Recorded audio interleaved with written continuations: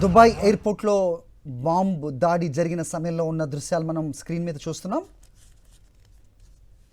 అక్కడ ఎయిర్పోర్ట్లో ఉన్న ప్రయాణికులు భయంతో పరుగులు పెడుతున్న దృశ్యాలు చూడొచ్చు. ఎయిర్పోర్ట్ని టార్గెట్ చేసుకుని ఇరాన్ చేసిన దాడిలో బాంబులు అక్కడే ఎయిర్పోర్ట్ మీద పడిన దృశ్యాలు, భయంతో ప్రయాణికులు పరిగెడుతున్న దృశ్యాలు మనకు కనిపిస్తున్నాయి.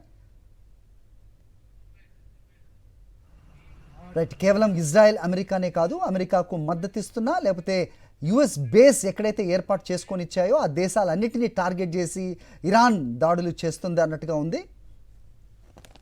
రైట్, ప్రస్తుతం స్క్రీన్ మీద కనబడుతుంది ఇజ్రాయెల్లోని టెల్ అవీవ్ సిటీలోని దృశ్యాలు.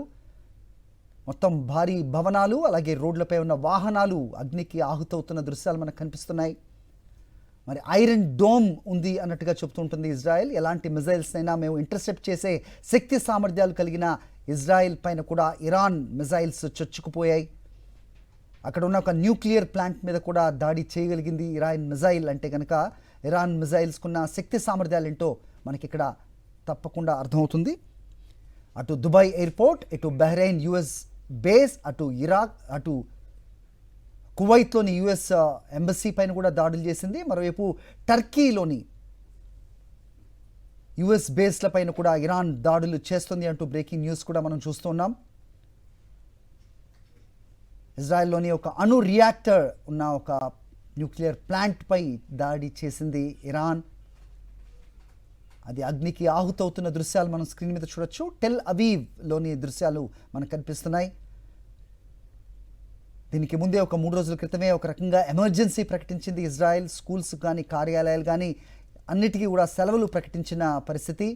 అయితే ఇజ్రాయెల్పై ఉన్న ఐరన్ డోమ్ కూడా వీటిని ఇంటర్సెప్ట్ చేయలేకపోయాయి. అయితే వందల సంఖ్యలో, వేల సంఖ్యలో ప్రయోగిస్తున్న మిజైల్స్ను కొన్నిటిని అడ్డుకోలేకపోయింది అంటూ ఇజ్రాయెల్ చెబుతోంది. వాటి పర్యవసానంగా ప్రస్తుతం టెల్ అవీవ్లోని ఒక అణు రియాక్టర్ ప్లాంట్పై పడిన మిజైల్స్, అది దట్టమైన పొగతో నిప్పులు చిమ్ముతూ ఉన్న అక్కడ అగ్నికి ఆహుతవుతున్న అణు ప్లాంట్ దృశ్యాలు కూడా మనకి టెల్ అవీవ్ నుంచి చూడొచ్చు. మరోవైపు అరేబియాలోని అరామ్కో ఆయిల్ రిఫైనరీ పైన కూడా ఇరాన్ దాడులకు తెగబడింది. గల్ఫ్ ఆదాయ మూలాలను ఇరాన్ టార్గెట్ చేసినట్టుగా ప్రస్తుత దాడులను చూస్తే అర్థమవుతోంది.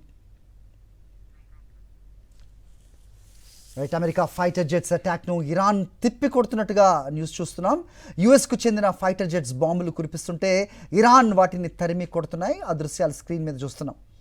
అమెరికా, ఇజ్రాయెల్ సంయుక్తంగా ఇరాన్పై విరుచుకుపడుతున్నాయి. ఇరాన్కు అదే స్థాయిలో ఇరాన్ తిప్పికొడుతున్న దృశ్యాలు. నిజంగా మిజైల్ టెక్నాలజీలో ఇరాన్ చాలా స్ట్రాంగెస్ట్గా ఉంటుంది అనేది ఎప్పటి నుంచో చెబుతూ ఉంటారు. ప్రస్తుతం అది కనిపిస్తుంది.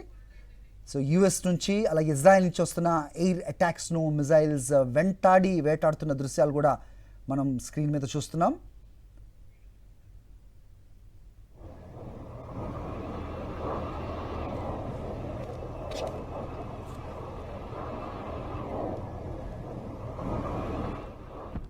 Target destroyed.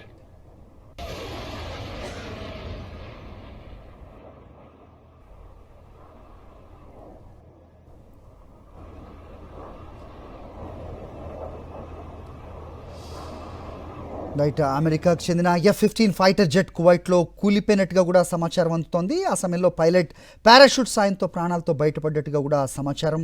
ఈ ఫైటర్ జెట్పై ఇరాన్ దాడి చేసిన వార్తలు వస్తుండగా రెండు దేశాలు కూడా ఎలాంటి అనౌన్స్మెంట్ అయితే చేయట్లేదు. కానీ మనకి విజువల్స్లో ఖచ్చితంగా తెలుస్తోంది F-15 fighter jets US, Israel, Saudi Arabia, Qatar ప్రాంతాల నుంచి అవి ప్రస్తుతం ఆపరేషన్ నిర్వహిస్తున్నాయి.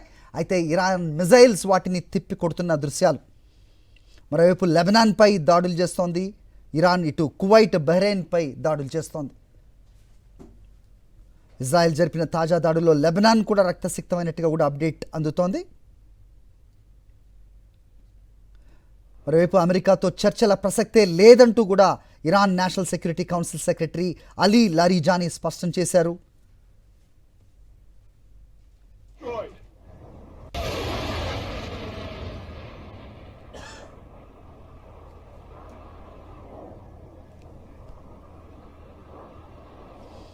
ప్రపంచ గగనతల చరిత్రలో ఒక అద్భుతంగా చెప్పే బిఎస్ స్పిరిట్ స్టెల్త్ బాంబర్, రాడార్లకే దొరకని స్టెల్త్ టెక్నాలజీ అమెరికా సొంతం అని చెప్తూ ఉంటారు.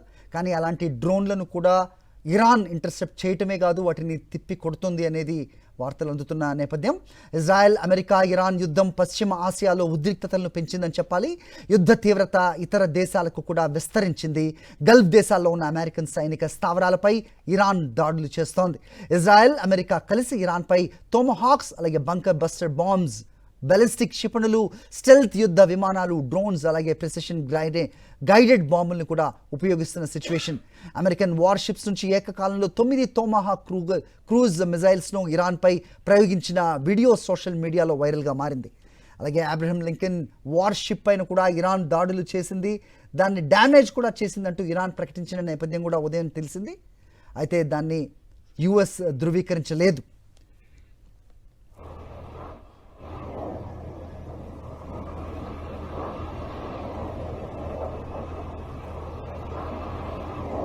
B-2 బాంబర్ చాలా శక్తివంతమైనదిగా, టెక్నాలజీ పరంగా ఎంతో అత్యాధునికమైనదిగా యుఎస్ చెప్తూ ఉంటుంది. ఆకాశంలో ఒక అజేయ మృత్యుపాసంగా కూడా దాన్ని చెప్తూ ఉంటారు. ప్రపంచ గగనతల చరిత్రలో ఒక అద్భుతం B-2 స్పిరిట్ స్టెల్త్ బాంబర్గా చెప్తారు.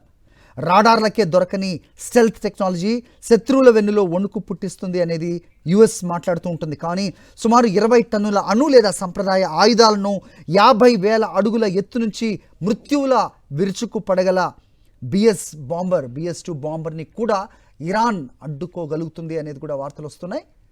అలాగే యుఎస్ ప్రయోగిస్తున్న ఈ మిజైల్స్ను ఇరాన్ ఇంటర్సెప్ట్ చేయగలుగుతుంది, వాటిని తిప్పి కొడుతుంది. 9,600 కిలోమీటర్లు కూడా ప్రయాణించి ప్రపంచంలో ఏ మూలనైనా నిశ్శబ్దంగా ధ్వంసం చేయగల B-2 బాంబర్ని కూడా ఇరాన్ అడ్డుకుంటుంది అనేది ఇరాన్ చెప్తున్న మాట. ప్రస్తుతం ఇజ్రాయెల్, అమెరికా సంయుక్తంగా చేస్తున్న దాడుల్ని ఇరాన్ ఒక దశలో శక్తివంతంగా అడ్డుకుంటుంది, వాటిని తిప్పి కొడుతుంది అనేది వార్తలు వస్తూ ఉన్నాయి. మనకి స్క్రీన్ మీద చూడొచ్చు యుఎస్ మిజైల్స్ను వెంటాడుతూ వెళ్తున్న ఇరాన్ మిజైల్స్ తాలూకు దృశ్యాలు మనకి స్క్రీన్ మీద కనిపిస్తున్నాయి.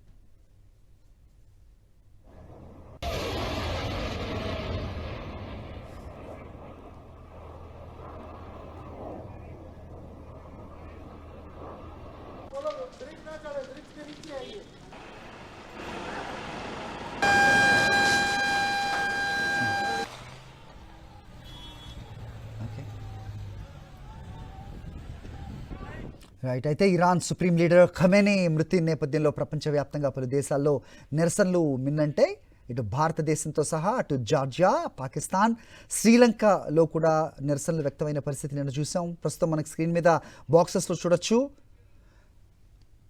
నో న్యూ యుఎస్ వార్ అంటూ జార్జియాలో పలు నిరసన ప్రదర్శనలు కనిపిస్తున్నాయి. ఇటు బాగ్దాద్లో కూడా ప్రజలు రోడ్లపైకి వచ్చి నిరసన తెలియజేస్తూ ఉన్నారు. శ్రీనగర్లో కూడా అల్లాహో అక్బర్ అంటూ నిన్నటి నుంచి కూడా రోడ్లపైకి వచ్చి నిరసన వ్యక్తం చేస్తున్న దృశ్యాలు మనకి నిన్నటి నుంచి కూడా కనిపిస్తున్నాయి. ఇటు పాకిస్తాన్లో కూడా అవే దృశ్యాలు. ఇరాన్ సుప్రీం లీడర్ ఖమేనీ మృతి నేపథ్యంలో ప్రపంచవ్యాప్తంగా పలు దేశాల్లో నిరసనలు మిన్నంటుతూ ఉన్నాయి. అమెరికా, ఇజ్రాయెల్కు వ్యతిరేకంగా నినాదాలు చేస్తూ Bharat, Pakistan, Greece, Iraq, Georgia తదితర దేశాల్లో పెద్ద ఎత్తున ఆందోళనలు జరిగాయి. పలు దేశాల్లో అమెరికా రాయబార కార్యాలయాల వైపు దూసుకొచ్చి దాడులు చేస్తున్నారు. అమెరికాలోని పలు నగరాల్లో కూడా ఆందోళనలు చేపడుతున్నారు.